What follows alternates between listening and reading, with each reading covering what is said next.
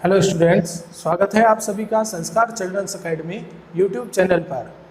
आज हम कक्षा 12 के इकाई 2 जिसका नाम बीजगणित है का अध्याय 3 यानी आव्यूह, जिसको अंग्रेजी में मैट्रिक्स बोलते हैं, उसके बारे में सीखेंगे। उसमें कैसे क्वेश्चंस हैं उनको हम हल करेंगे। तो सबसे पहले हम देखते हैं आव्यूह क्या होता है। तो आव्यूह एक इस प्रकार की रचना है जिसमें कुछ अवयव होते हैं, जैसे कि संख्याएं हो सकती है या अक्षर हो सकते हैं अंग्रेजी के। उनको एक व्यवस्थित क्रम में लिखना पंक्तियों के रूप में और स्तंभों के रूप में, यही जो रचना है वो आव्यूह कहलाती है। जैसे कि मैं यहाँ पर आव्यूह को पहले तो A B C कैपिटल में लिखते हैं। A B C कैपिटल में आप आव्यूह को लिखते हो। अब मैंने यहाँ पर जैसे कि ये लिखा एक A बराबर 1 2 3 4, इसको बड़े कोष्टक में लिखा जाता है हमेशा। तो ये जो मैंने लिखा है, ये रचना की है, यही क्या है? आव्यूह है। यहाँ पर ये जो है इसको हम कहते हैं पंक्ति। मतलब इस प्रकार चलते हो तो इसको हम क्या कहते हैं? पंक्ति कहते हैं। और अगर आप इसको इस प्रकार देखोगे, इस प्रकार, तो ये हो जाएगा स्तंभ। तो इस प्रकार चलने पर स्तंभ होगा और इस प्रकार चलने पर पंक्ति। तो ये पंक्ति है और ये स्तंभ है। तो पंक्ति और स्तंभ आपको याद रखना है। उसके बाद आव्यूह कई प्रकार के होते हैं। ये जो आव्यूह है ये 2 क्रॉस 2 क्रम का है। अब यहाँ पर 2 क्रॉस 2 क्या है? तो यानी कि पंक्तियां भी 2 है और स्तंभ भी 2 है। पहले आप पंक्ति को लिखते हो, बाद में स्तंभ को। तो इसको इस प्रकार लिखा जाता है। A बराबर A I J M cross N, जहाँ I है, I बराबर 1 से लेकर अनंत तक कुछ भी हो सकता है और J भी 1 से लेकर अनंत तक कुछ भी हो सकता है। तो A I J M cross N, इस प्रकार आप किसी भी आव्यूह को लिखते हैं। जैसे कि, और ये A I J किस प्रकार बनेगा? तो देखो A बराबर, अगर मैं यहाँ लिखूं I का मान 1 और J का मान 1, तो A 1 1 हो जाएगा। I आगे वाला जो I है ये पंक्ति को दर्शाएगा और ये जो J है ये स्तंभ को दर्शाएगा। M पंक्ति को दर्शाएगा और N स्तंभ को। तो अगर मैं I का मान 1 ही रखूं, J का मान 2 रखूं, तो वो इधर आएगा A 1 2। अगर मैं I का मान 2 कर लूं और J का मान 1, तो वो नीचे आएगा 2 1। अगर I का मान 1 रख के J का मान 3 रख दे, तो ये 1 वाली पंक्ति में आएगा A 1 3।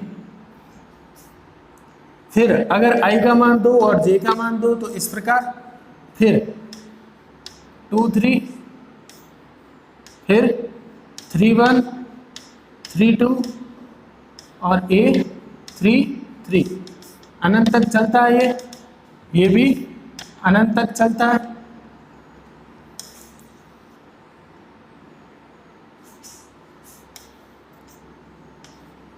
और यहाँ पर हम लास्ट में लिखते हैं M क्रॉस N, यानी जो पंक्तियां हैं वो M है और जो स्तंभ है वो N है।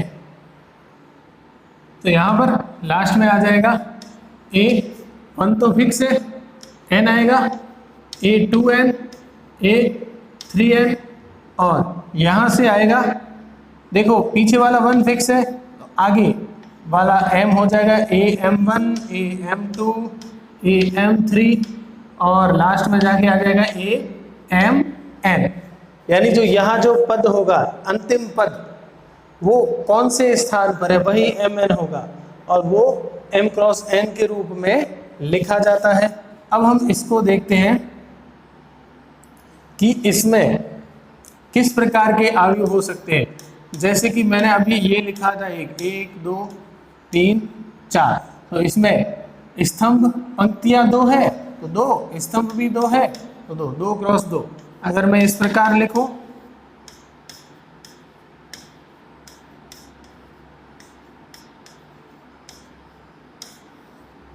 तो इसमें पंक्तियां 3 है और स्तंभ भी 3 है।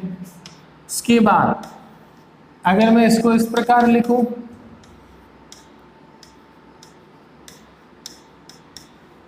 तो पंक्ति 1 है और स्तंभ 1 2 3 4 5 तो 1 क्रॉस 5।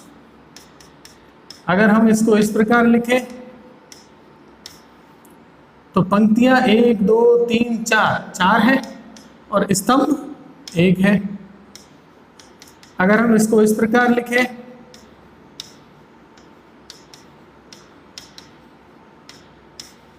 तो पंक्तियां 2 है 1 2 और स्तंभ 1 2 3 4। तो इस प्रकार जो व्यवस्था है इस प्रकार की यही आव्यूह कहलाती है। अब हम देखते हैं आव्यूह का क्रम। आव्यूह का क्रम तो हमने जो पढ़ा था A बराबर A I J M cross N, तो ये जो M क्रॉस N है यही ये जो आव्यूह है इसका क्रम कहलाता है। M क्रॉस N है यही आव्यूह का क्रम कहलाता है। जैसे कि हमने एक उदाहरण लिया ये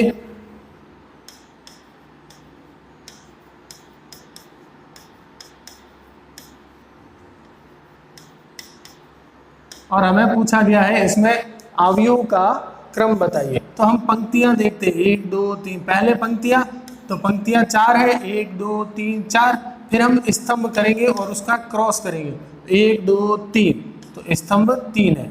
तो M क्रॉस N है वो है 4 क्रॉस 3, तो यही हमारा अवयव का क्या हो जाएगा क्रम।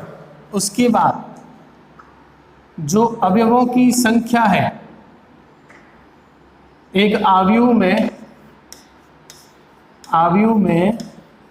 अवयवों की संख्या ज्ञात करने का सूत्र है।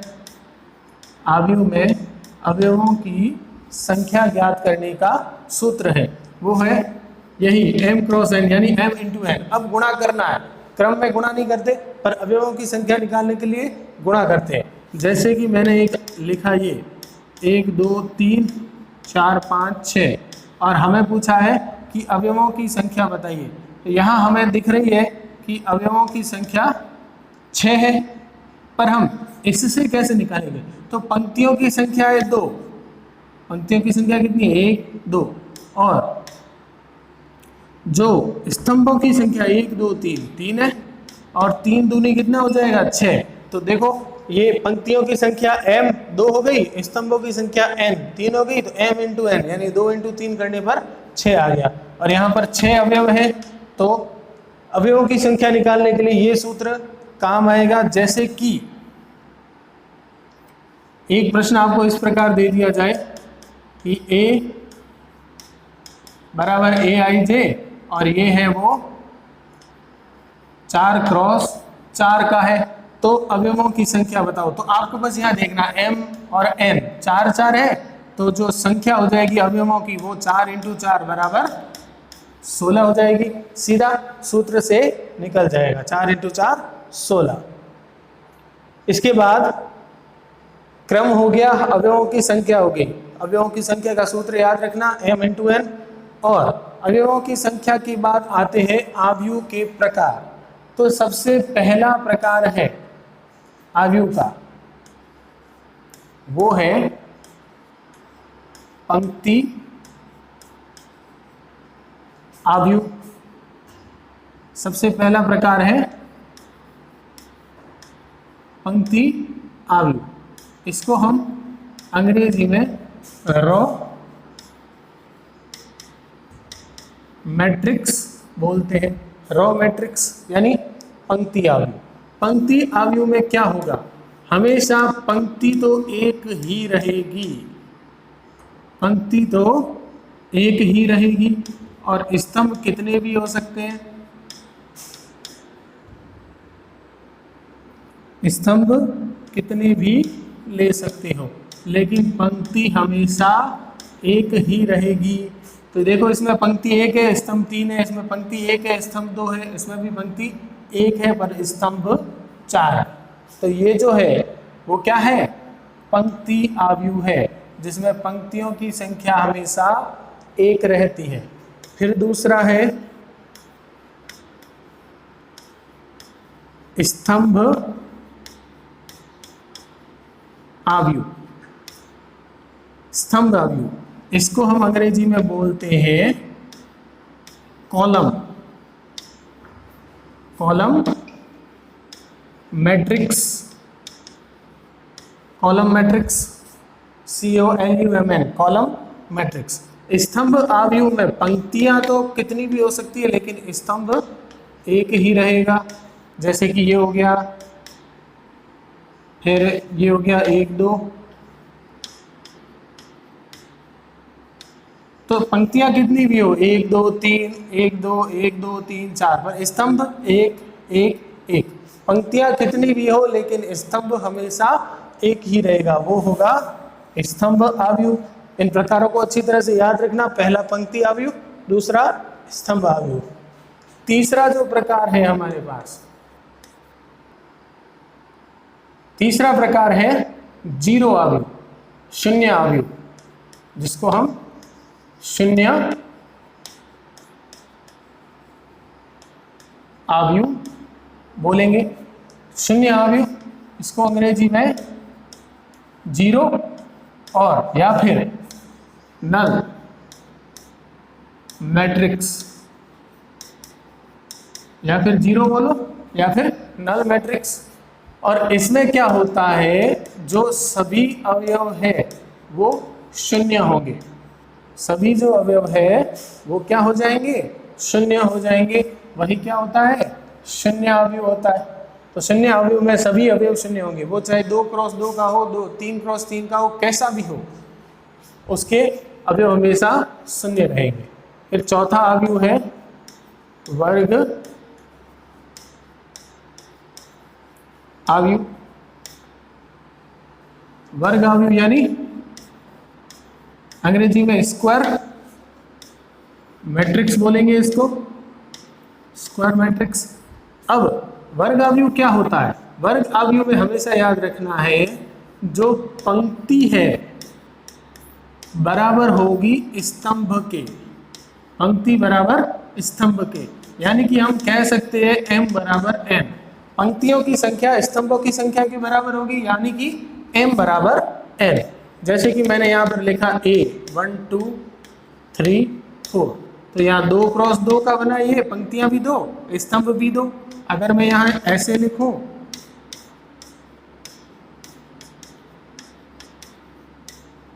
तो ये बना 3 क्रॉस 3 का, यानी पंक्तियां 3 और स्तंभ भी 3। तो हमारे पास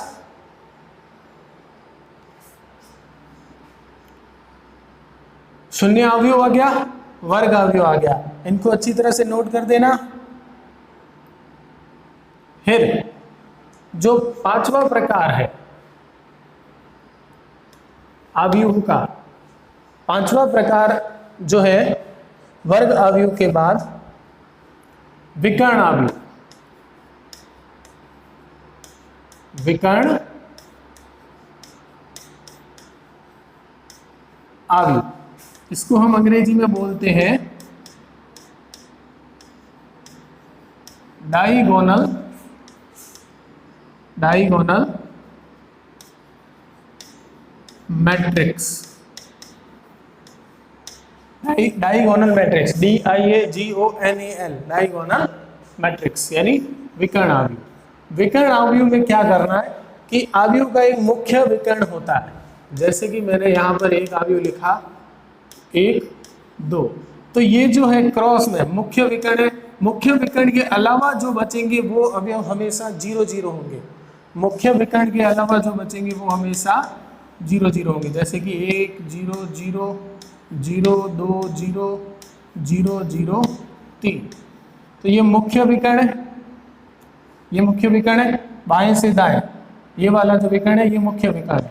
ये जो अवयव है वो संख्या के रूप में या अक्षरों के रूप में होंगे, पर बाकी जो सारे अवयव है वो हमेशा 0 ही रहेंगे।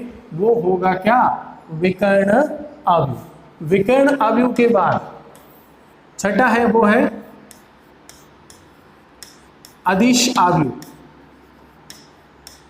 अदिश अवयव, अदिश अवयव को हम कहते हैं स्केलर मैट्रिक्स। स्केलर मैट्रिक्स यानी अदिश अवयव।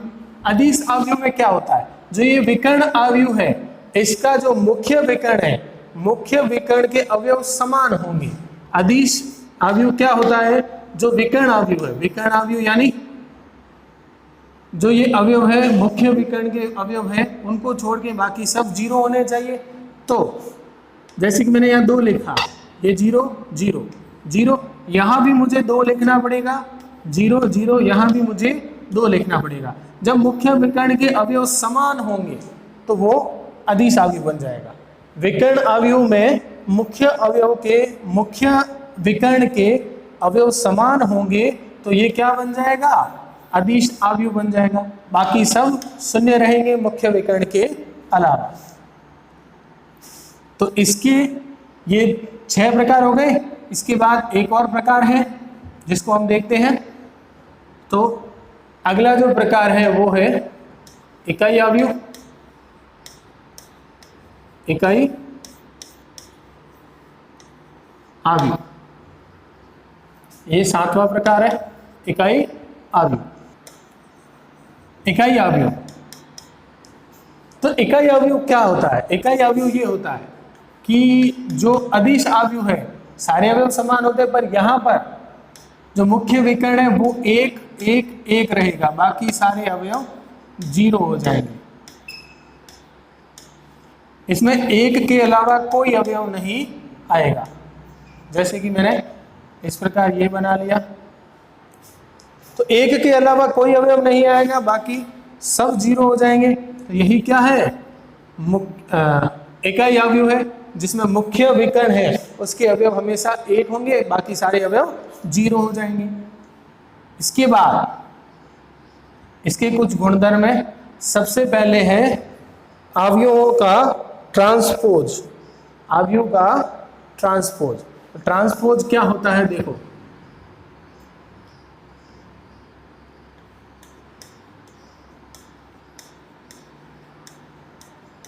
ट्रांसपोज, अवयव का ट्रांसपोज। ट्रांसपोज क्या होता है? अगर ए अवयव है तो ट्रांसपोज को ए टी के रूप में लिखा जाता है। अगर कोई अवयव ए है तो उसके ट्रांसपोज को हम ए टी के रूप में लिखते हैं। अब हमें यहां देखना है कि ये जो ए टी है वो कैसे निकालेंगे। तो देखो, जैसे कि हमें दिया गया है, अगर ए हमारे पास है 1 2 3 4, ये ए है हमारे पास, तो इसका जो ट्रांसपोज होगा वो कैसे निकलेगा? यानी ए टी होगा, तो वो कैसे निकलेगा? तो ए टी निकालने के लिए आपको पंक्ति को स्तंभ बनाना है और स्तंभ को पंक्ति बनाना है। तो ये जो पंक्ति है वो 1 2 है, इसको हम स्तंभ बना लेते हैं, ऐसे लिखेंगे। 1 2 ऐसे लिखा गया है, हम ऐसे लिखेंगे 1 2, और इस पंक्ति को ऐसे लिखेंगे स्तंभ के रूप में 3 4। तो जो ये बना है ये इस ए का क्या है? ट्रांसपोज है। ट्रांसपोज। अगर यहाँ हमें 3 क्रॉस 3 का दिया गया हो, जैसे 1 2 3 4 5 6 7 8 9 इस प्रकार दिया गया हो, तो इसका ट्रांसपोज कैसे निकालेंगे? पहली पंक्ति 1 2 3 को इस प्रकार स्तंभ के रूप में लिखेंगे, दूसरी पंक्ति 4 5 6 को स्तंभ के रूप में इस प्रकार लिखेंगे, और 7 8 9 तीसरी पंक्ति है इसको स्तंभ के रूप में इस प्रकार लिखेंगे। तो ये हो गया इसका ट्रांसपोज। तो पंक्ति को स्तंभ बनाना, स्तंभ को पंक्ति बनाना, यही क्या होता है? ट्रांसपोज होता है। अब हम चलते हैं इनके प्रश्नों पर। तो सबसे पहला प्रश्न है, यदि आव्यूह aij 2x4 का है तो हमें a में अवयवों की संख्या निकालनी। तो संख्या निकालने के लिए हमारे पास सूत्र है m × n। m हमारे पास यहाँ 2 है और n है 4। पहले वाला m होता है, दूसरे वाला n होता है। तो n है 4, तो 2 × 4 हो जाएगा 8। तो ये जो मैट्रिक्स है, आव्यूह है, इसमें अवयवों की संख्या कितनी हो जाएगी? 8। तो सिंपल है, आपको बस यहाँ देखना है और उनका गुणा कर देना है। ये क्रम है 2x4, आव्यूह का क्रम है, यानी पंक्तियां 2 है और स्तंभ 4 है। तो पंक्तियां 2, स्तंभ 4, अगर उनका गुणा कर ले तो जो उत्तर आएगा वो अवयवों की संख्या होगी। तो हमारे पास 8 आ गई। इसके आगे का जो प्रश्न है वो इस प्रकार है, देखो कि 4x4 का इकाई आव्यूह बनाओ। 4x4 है, पंक्तियों की संख्या भी 4, स्तंभों की संख्या भी 4। तो इसका 4x4 का इकाई आव्यूह कैसे बनेगा? देखो, तो 4x4 का इकाई आव्यूह बनाने के लिए इस प्रकार हम पहले कोष्टक लगाएंगे बड़ा। ये सिंबल है, 2 बड़े कोष्टक, ये आव्यूह का सिंबल है। सबसे पहले पहला पद 1 होगा। इकाई आव्यूह में जो मुख्य विकर्ण है उसके अवयव 1 होते हैं, बाकी सब 0 होते हैं। अब हमें 4x4 कहा है तो अवयव 4 होने चाहिए, तो बाकी सब 0। फिर पहला 0, दूसरा 1, तीसरा 0, चौथा 0। फिर पहला 0, दूसरा 0, ये तीसरी पंक्ति है तो तीसरा पद 1 होगा, और चौथी पंक्ति में चौथा पद 1 होगा। देखो, पंक्तियां 4, स्तंभ भी 4, तो ये बन गया 4x4 का अवयव। और जो मुख्य विकर्ण है उसके अवयव 1 1 1 है, बाकी सब 0 है। यही इकाई आव्यूह की परिभाषा होती है कि मुख्य विकर्ण के अवयव 1 1 हो और बाकी सारे अवयव 0 हो। तो एक कैसा भी इकाई आव्यूह बनाना है, बस आपको याद रखना, मुख्य विकर्ण को 1 करना है, बाकी सबको 0 करना है। इसके बाद हम चलते हैं अगले प्रश्न पर। तो जो नेक्स्ट प्रश्न है उसमें हमें दिया गया, यदि k + 4 -1 3 k - 6 और a -1 3 - 4 बराबर है आपस में, देखो बराबर है, तो हमें a का मान ज्ञात करना है। a का मान ज्ञात करना, यानी इसका मान ज्ञात करना। उसके लिए हम देखते हैं, अब मैं जो बताने वाला हूँ वो हमेशा याद रखना। जब 2 अवयवों के बीच में बराबर का चिन्ह हो, 2 अवयवों के बीच में बराबर का चिन्ह हो, जैसे हमें यहाँ दिया गया है, पहला अवयव है k + 4 -1 3 k - 6 और बराबर दूसरा अवयव है a -1 3 और -4।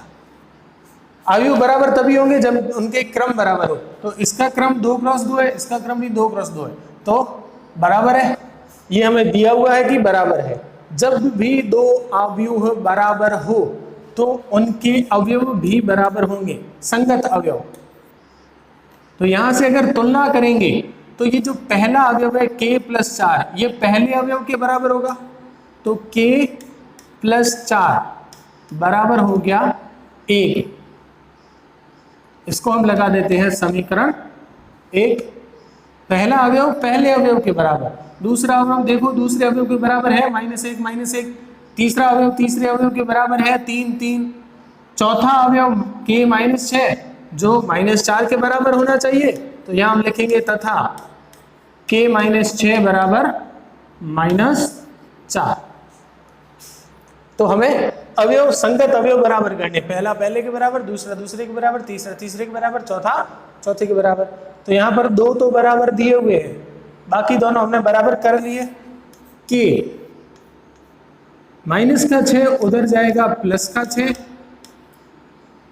यहां से k आएगा तो -4 है +6 घट जाएंगे, 6 में से 4 गए 2। यहां पर हम लिखेंगे समीकरण 1 से समीकरण 1 से। तो समीकरण 1 हमारे पास है k + 4 बराबर a, k + 4 बराबर a। k का मान हम रखते हैं 2, ये हमने अभी अभी निकाला, k का मान 2, तो 2 + 4 बराबर 6। यहाँ से a आ जाएगा 4 + 2 बराबर 6। तो ये जो a का मान है जो हमें पूछा था, a का मान ज्ञात कीजिए, वो आ गया 6। तो इस प्रकार हमें ये बात याद रखनी है कि जब दो अवयव बराबर हो तो उनके संगत अवयव आपस में बराबर होंगे। जो भी संगत अवयव है पहला पहले के बराबर, ये a11 है, ये a11 है बराबर, ये a12 है, ये a12 है बराबर, ये a21 है, ये a21 है बराबर, ये a22 है, ये a22 है, जो आपस में बराबर होंगे। अगला जो प्रश्न है हमारे पास वो है 6 अवयवों, 6 अवयव है एक अवयव में, कोई भी हो सकते हैं। 6 अवयवों वाले अवयव के संभावित क्रम क्या होंगे? अवयवों की संख्या हमें दी गई है, अवयवों की संख्या यानी m क्रॉस n दिया गया है। m क्रॉस n कितना दिया गया है? 6 दिया गया है। m क्रॉस n हमें 6 दिया गया है। अवयवों की संख्या यानी m × n, अवयवों की संख्या का सूत्र होता है m × n, ये हमें 6 दिया हुआ है। अब इससे हम क्रम कैसे निकालेंगे? क्रम को क्रॉस के रूप में लिखते हैं, m क्रॉस n के रूप में। तो m क्रॉस n को मैं किस प्रकार लिख सकता हूं? इस 6 को मैं 6 क्रॉस 1 लिख सकता हूं, या फिर 1 क्रॉस 6 लिख सकता हूं, या फिर 2 क्रॉस 3 लिखूंगा तो भी 6 आएगा, या फिर 3 क्रॉस 2 लिखूंगा तो भी 6 आएंगे। तो अतः जो संभावित क्रम है, संभावित क्रम वो हो जाएंगे 6 क्रॉस 1, 1 क्रॉस 6, 2 क्रॉस 3, 3 क्रॉस 2। हमेशा याद रखना जो आप क्रम लिख रहे हो उनका गुणा करने पर 6 आना चाहिए, क्योंकि अवयवों की संख्या कितनी है? अवयवों की संख्या 6, तो गुणा करने पर 6 आना चाहिए। तो 6 × 1 6 हो रहा है, 1 × 6 भी 6 हो रहा है, 2 × 3 भी 6 हो रहा है, और 3 × 2 भी 6 हो रहा है। इनके अलावा ऐसा कोई क्रम नहीं है जिसमें अवयवों की संख्या 6 होगी। तो ये हमारा उत्तर हो जाएगा। संभावित क्रम यानी जो भी बनेंगे क्रम, तो ये 4 क्रम बनेंगे, यानी 4 ऐसे अवयव बनेंगे जिसमें या तो अवयव 6 क्रॉस 1 का हो, यानी पंक्तियां 6 हो स्तंभ 1 हो, या फिर पंक्ति 1 हो स्तंभ 6 हो, या पंक्ति 2 हो स्तंभ 3 हो, या पंक्ति 3 हो और स्तंभ 2 हो। तो इस प्रकार हम इस प्रश्न को हल करते हैं। तो आज के लिए इतना ही, और इस वीडियो को देखने के लिए आप सभी का धन्यवाद।